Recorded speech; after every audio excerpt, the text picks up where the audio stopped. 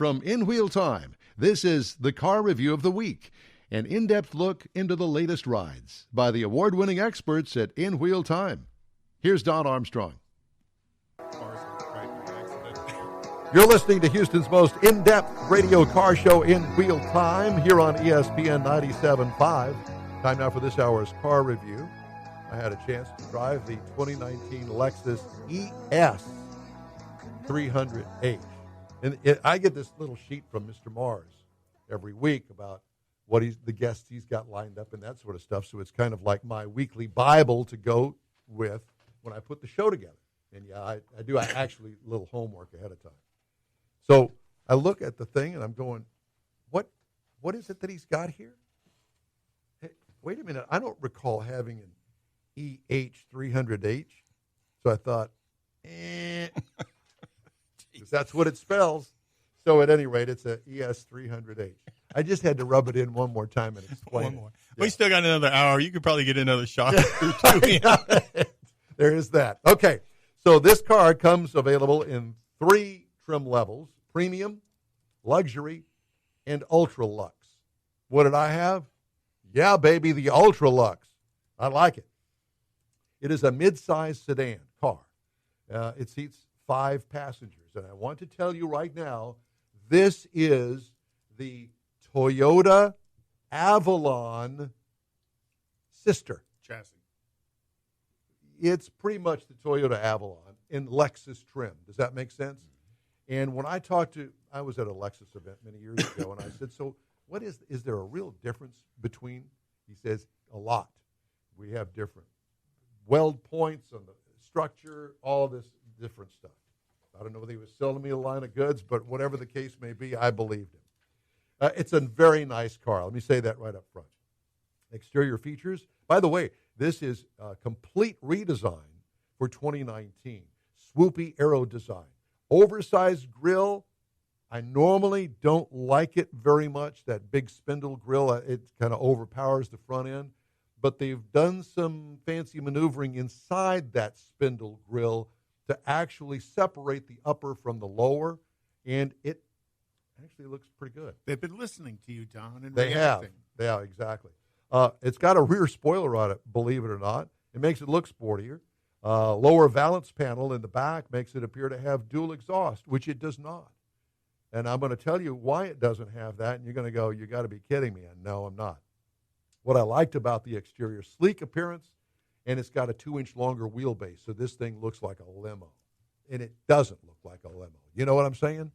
It looks really bad to the bone. This to me, would be a killer car to go down the highway at 70 or 80 miles an hour to any. This is a road trip car. What could use improvement? Nothing. Don't touch it. Interior highlights: unique, different, sexy, well laid out dashboard. It's got ultra comfortable seating in it, quality materials, nice leather, plenty of rear seat leg room. Cargo and trunk room is adequate. It is a hybrid, so it's got to have the batteries somewhere, and in this case, it's back there behind the back seat, so the back seat doesn't fold down to allow you access to the trunk. Yeah, it's fair trade. Yeah. What I liked about the interior, it is sexy, baby. What could use improvement? The infotainment finger control. It's kind of like a joystick. You just use your finger across a pad to control the actual infotainment system screen, which is up in the middle, top of the dash, too far away from you to use a touch screen. I don't particularly care for it, and other reviewers don't particularly care for it either. It is what it is. It works, but takes your attention off the road. Yeah, it does. Finger and is. I don't think that it's necessary, but it sure does look good inside. 2.5-liter, 2.5-liter 4-cylinder gasoline engine with electric motors that turns out a total of 215 horsepower. That's not what? Bad. Yeah, 215 horsepower? You got to be kidding me. My car's got a V6 in it, and it's got 310 horsepower. Well, this is connected to a CVT transmission that works great. You don't even know that it's a CVT. And believe it or not, the 215 horsepower is plenty for this car. This is not a hot rod. Right. But here's what you get in return. 43 miles per gallon in the city, Wow. 45 on the highway. For a combined of 44, I got 44.8. In a big car. In a pretty good-sized car. Right.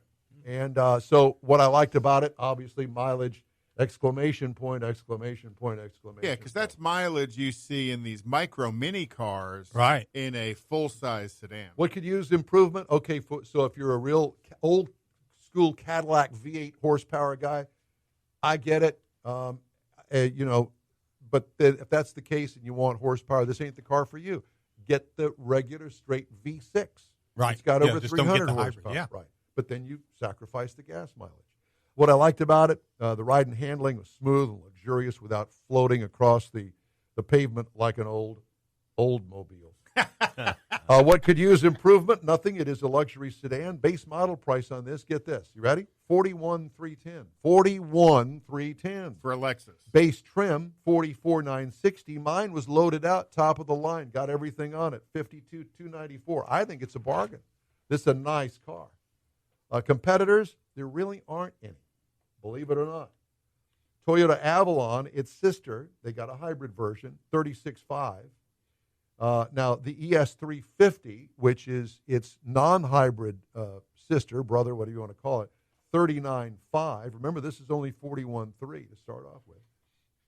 And the BMW 5 Series, another non-hybrid, $53,400. There really isn't any competition to this car.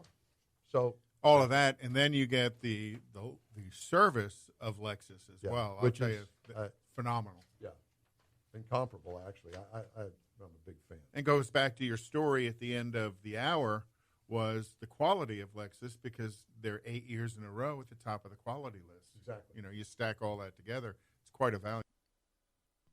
See and hear other weekly reviews from the award-winning experts at In Wheel Time.